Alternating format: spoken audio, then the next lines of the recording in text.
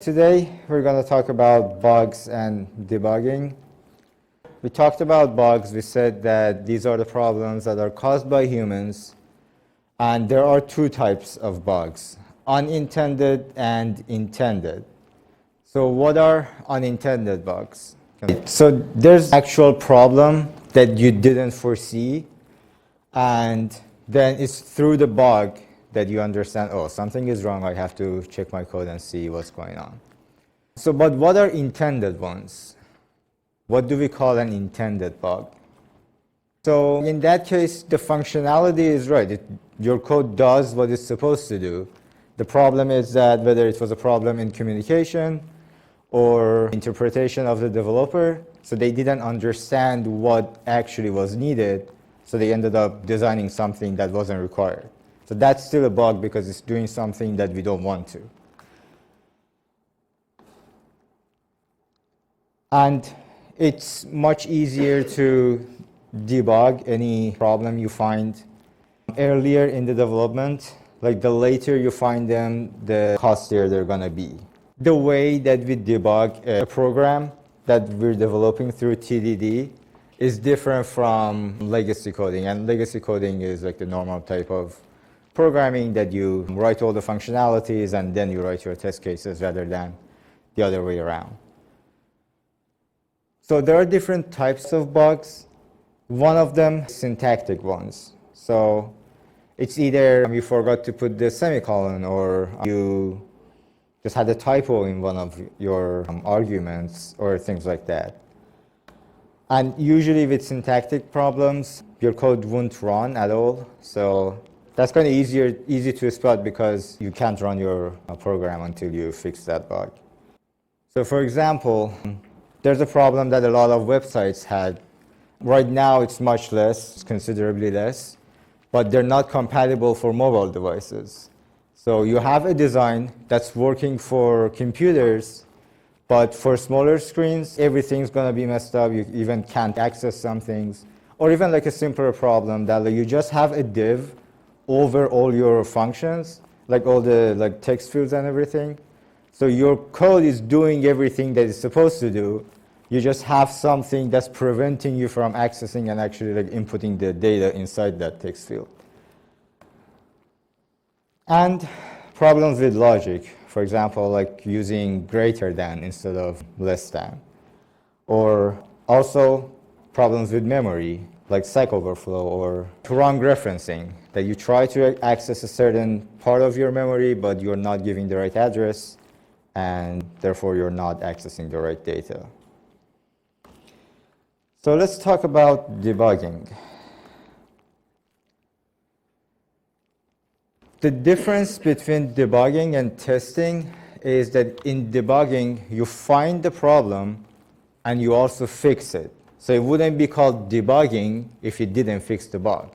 In your tests, so tests are a good way to actually find the bugs. But through your tests, you don't change anything. It's just a way to find out, to say that we have a bug here, and then through debugging, you fix the bug.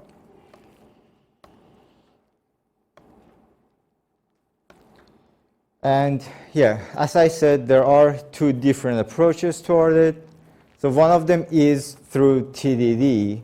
In TDD, we are writing test cases. We're not writing functions. The way to understand there is a bug in a program that's being developed by TDD is if your test fails, if something that you expect to work isn't working.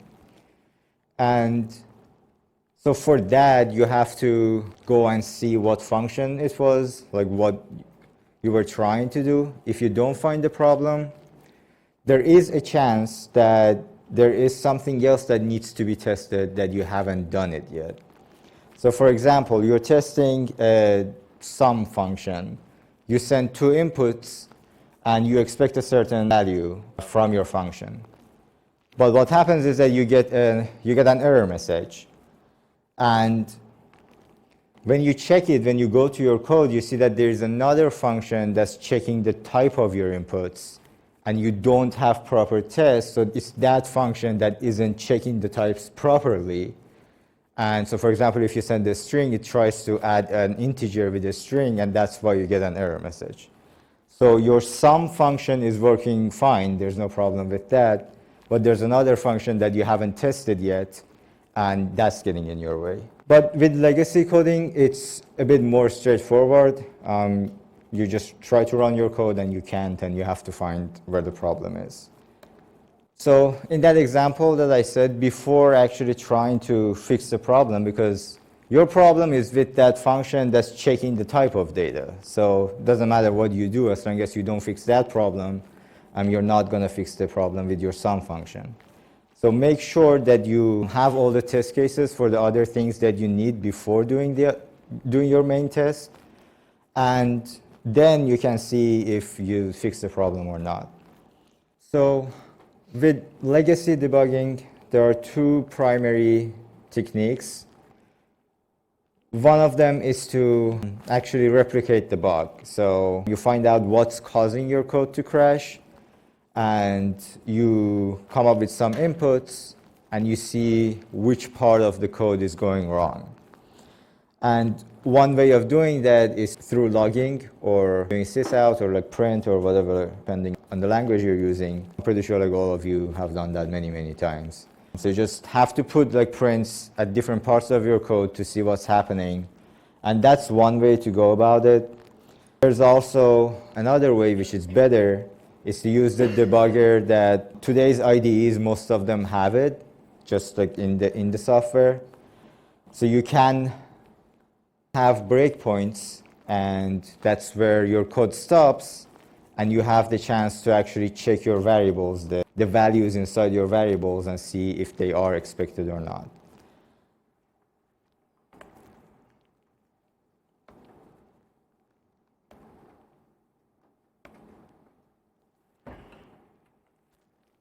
Yeah, so technically, that's what you do. You put different lines of printing to see what your values are and what's happening in your code. The important thing is after you tested everything and you fixed the bug, make sure that you remove the prints that are only just for debugging.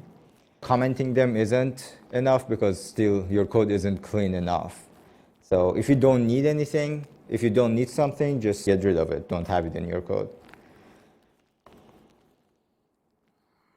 And also, if you run code quality on your code, it actually tells you that there's a problem because you have the comments that is not really informative or doing anything. So there are 5 steps to debugging, and I will explain each of them separately. But the order is reproduce, collect, pinpoint, repair, and test. And all of them are really important, especially the last one. You want to make sure that you test. Just because you fixed like one bug doesn't mean that you completely got rid of it. So test different inputs, different test cases to make sure that there's no problem anymore.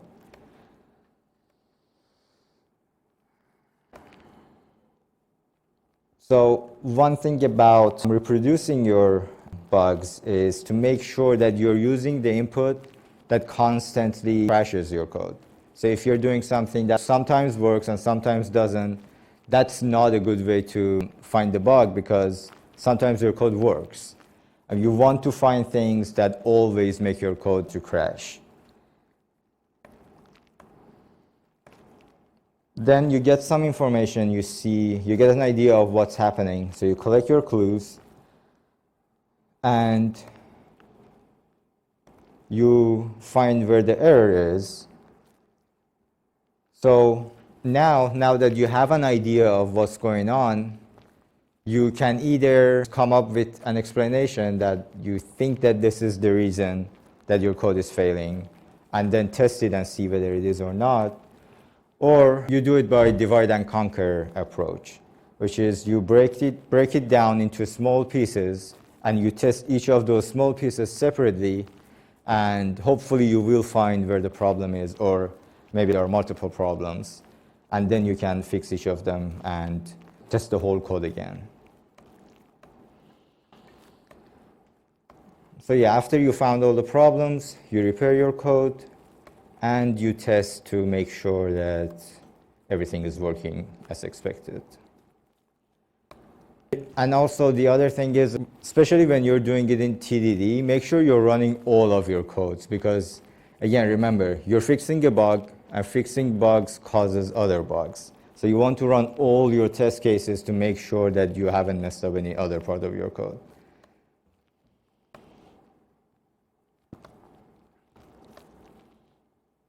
So that's pretty obvious. Debugger is a software that helps you debug your code. And most of the modern IDEs have them, and that's pretty easy to work with. So two things that you can do, and actually both of them are important steps of your debugging.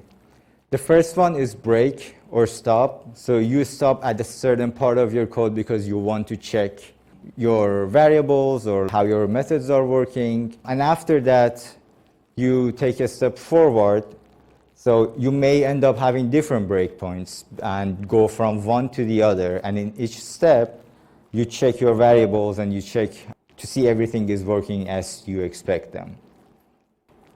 GNU Debugger is one of the open source ones, especially for developers who don't use Windows. So GNU itself is the operating system run on the Linux kernel, and the debuggers are tied to the compilers. So GNU Debugger is a command line debugger. The things that we are going to use has a user interface through IntelliJ. So for example, you can use help like any other command line for you to list the commands, or you can say help, the name of the command, to give you some information about that. And there's something in the middle too. So you can have commands by their category. So you can choose a category and it shows you all the commands that are in that category. Or you can just write the name of the command and it tells you what it does and how to use it. Some of the common commands are break, run, kill, step, next, continue, and quit. So there's a difference between step, next, and continue. Step goes to the next line into functions. Next goes to next line skipping functions. So that's important to know if you want to go inside the function or if you want to skip it. And continue just jumps to the next breakpoint that you have. So it just skips everything that's in the middle.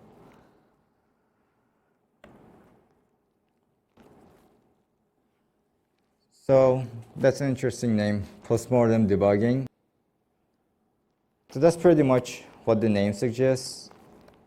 So it's debugging after your program crashes. So something happens, then you see what happened, you look at your log files, you check the stack and your memory and see what was going on. And you analyze it and you find the problem. So some of the things that causes us to end up with a buggy code, like one of them could be because we always think that our code is working and like we do everything right. So that's always important to have other people, testers, and like your colleagues, classmates, have a look at your code and give you feedback. Also, there are small things that like for the developer it's easy to overlook. And so that's always great to have someone else, at least like one or two other people, to have a look at your code. So when you are debugging, make sure that you're fixing one thing at a time. Don't try to fix multiple things because it just blows up exponentially. Just do one thing at a time, focus on one thing, and when you find that problem, start with changing one thing at a time again. So when you're starting your changes, also just go one by one. And yeah, so just don't make any assumptions, just think that everything is going to fail. So make sure you're testing everything.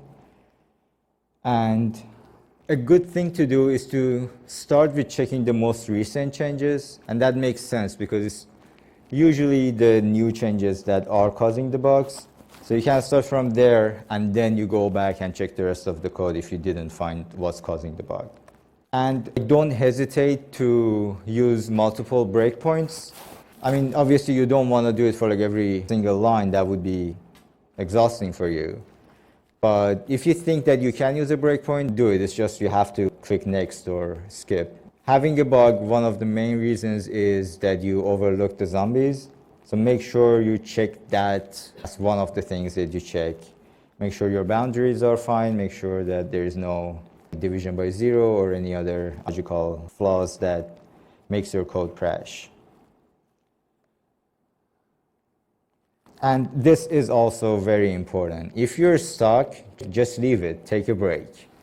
And you may end up 3 hours looking at a piece of code and not figuring out what's going on.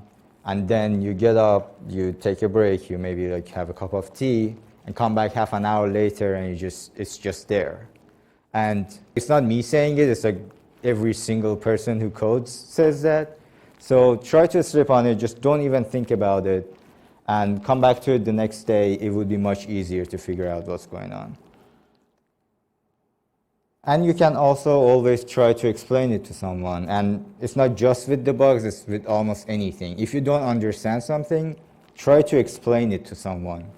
And then that would be much easier to find what things you don't know and what things to look at. And also you have someone else to give you some feedback and help you with it. When we're talking about defensive driving, like driving like a grandma, it means that you just think that everything's going to go wrong and you have no control over the environment around you. So basically, you want to be ready for any problems that might happen. So you go slowly, you take small steps, and you try to think of all the things that could go wrong. And that would slow down your progress. But also not really, because most of the times if you don't do this, you end up with a lot of bugs that you have to spend a lot of time fixing. So you may think that you finish your code faster, but you end up spending a lot of time debugging your code. So go with simple designs. Make sure that all of your assumptions and conditions are clear to you, and you know what you're designing and what you're testing.